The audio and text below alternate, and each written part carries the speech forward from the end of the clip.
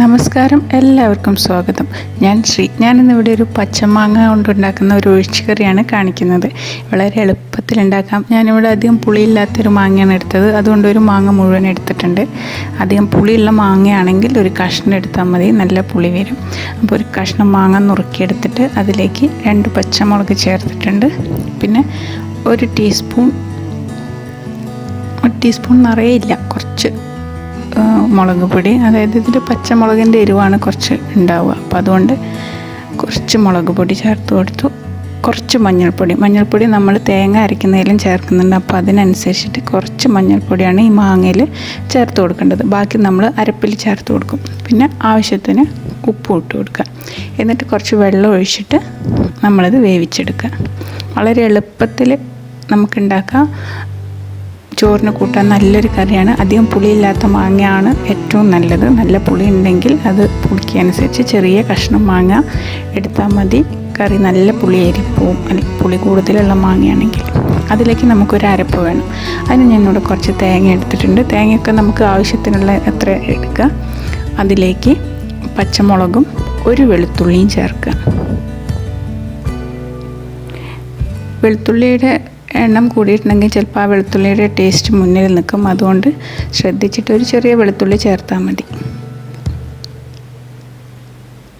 അതിലേക്ക് ഞാൻ ഒരു പച്ചമുളകും കൂടെ ചേർത്തിട്ടുണ്ട്. കാരണം 2 പച്ചമുളകും കുറച്ച് മുളക് പൊടിയും ഞാൻ കറിയിലിട്ടിട്ടുണ്ട്. അത്യാവശ്യം എരിവുള്ള മുളക് പൊടി ആയതുകൊണ്ട് ഞാൻ കുറച്ച് മുളക് പൊടിയാണ് ചേർത്തിട്ടുള്ളത്. പച്ചമുളകും ചേർത്തിട്ടുണ്ട്, 2 പച്ചമുളക് ചേർത്തിട്ടുണ്ട്. അരപ്പിലേക്ക് കുറച്ച് ഒരു നുള്ള് ജീരകം കൂടെ ചേർക്കാം. അപ്പോൾ തേങ്ങയും പച്ചമുളകും ഒരു വെളുത്തുള്ളിയും ജീരകവും കുറച്ച് മഞ്ഞൾപ്പൊടിയും കൂടെ ചേർത്തിട്ട് തേങ്ങ നന്നായിട്ട് അരച്ചെടുക്കണം. നന്നായി പേസ്റ്റ് പോലെ അരച്ചെടുക്കേണ്ട ആവശ്യമുണ്ട്. അങ്ങനെ വേണം നമ്മൾ ഈ കറിയിലേക്ക് ചേർക്കാൻ. ഇത് അരച്ചെടുക്കുമ്പോഴേക്കും നമ്മൾ മാങ്ങ വെന്തിട്ടുണ്ടാവും. ആ മാങ്ങ വെന്തതിലേക്ക് നമ്മൾ ഈ അരച്ച കൂട്ട് ഒഴിച്ചു കൊടുക്കുക. വളരെ എളുപ്പമാണ്. ഒരു 5 മിനിറ്റിൻ്റെ ഉള്ളിൽ നമുക്ക് ഉണ്ടാക്കിയെടുക്കാൻ പറ്റുന്ന കറിയാണ്. ചോറിൻ്റെ കൂടെ നല്ല ടേസ്റ്റുമാണ്. ആവശ്യത്തിന് വെള്ളവും ചേർത്ത് തേങ്ങ നമുക്കതിലൊഴിച്ചിട്ട് നന്നായിട്ടൊന്ന് ചെറിയ തള വരുന്നവരെ വയ്ക്കാം.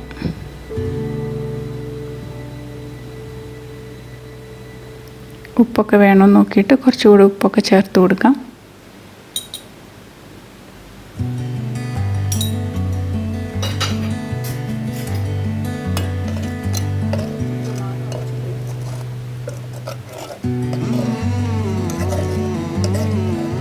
മാങ്ങ ചെറുതായിട്ടൊന്ന് ഉടച്ചു കൊടുക്കുന്നത് നല്ലതാണ്. ഇപ്പോൾ കറിക്കൊരു ചെറിയൊരു കൊഴുപ്പ് പോലെ ഉണ്ടാവും.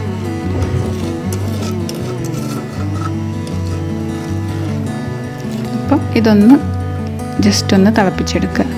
അതിനുശേഷം നമുക്കിതിലേക്ക് ഒരു വറവിടണം. അപ്പോൾ അതിന് കുറച്ച് വെളിച്ചെണ്ണ എടുത്തിട്ട് അതിലേക്ക് ഉലുവ, കടുക്, ഉണക്കമുളക്, ചെറിയ ഉള്ളി, കറിവേപ്പില, ഇത്രയും സാധനങ്ങൾ ഇട്ടിട്ടാണ് നമ്മൾ വറവിടുന്നത്. ഇതെല്ലാം കൂടെ ചേർത്ത് നന്നായിട്ടൊന്ന് ഉള്ളിയൊക്കെ മൂത്തതിന് ശേഷം നമുക്ക് വറവിട്ടിട്ട് കറി കുറച്ച് സമയം ഒന്ന് അടച്ചു വയ്ക്കാം. നല്ല ടേസ്റ്റുള്ള പച്ചമാങ്ങ ഒഴിച്ച് കറി റെഡി ആയിട്ടുണ്ട്. നമുക്ക് എളുപ്പത്തിൽ ഉണ്ടാക്കാനും പറ്റും. ചോറിൻ്റെ കൂടെ നല്ല കോമ്പിനേഷനുമാണ്. നല്ല ടേസ്റ്റാണ്. നല്ല കറിയാണ്. വേഗം ഉണ്ടാക്കാനും പറ്റും. അപ്പോൾ ഇത് നിങ്ങളെല്ലാവരും പച്ചമാങ്ങ കിട്ടും. ഇപ്പം പച്ചമാങ്ങയൊക്കെ ഉണ്ടാവും ഇഷ്ടം പോലെ. എല്ലാവരും ഒന്ന് ട്രൈ ചെയ്ത് നോക്കണം.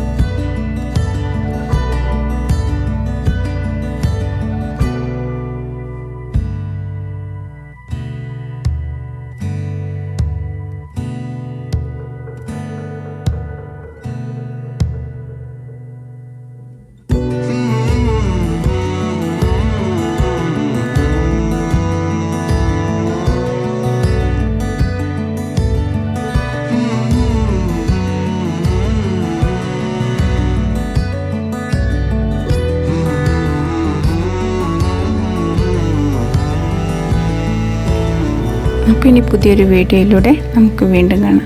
പറയാൻ മറന്നു, നിങ്ങളെൻ്റെ വീഡിയോ ആദ്യമായിട്ടാണ് കാണുന്നതെങ്കിൽ സബ്സ്ക്രൈബ് ചെയ്യാനും മറക്കരുത്. പിന്നെ ഈ വീഡിയോ ഇഷ്ടമായെങ്കിൽ ലൈക്ക് ചെയ്യാനും ഷെയർ ചെയ്യാനും കമൻറ്റ് ചെയ്യാനും മറക്കരുത്.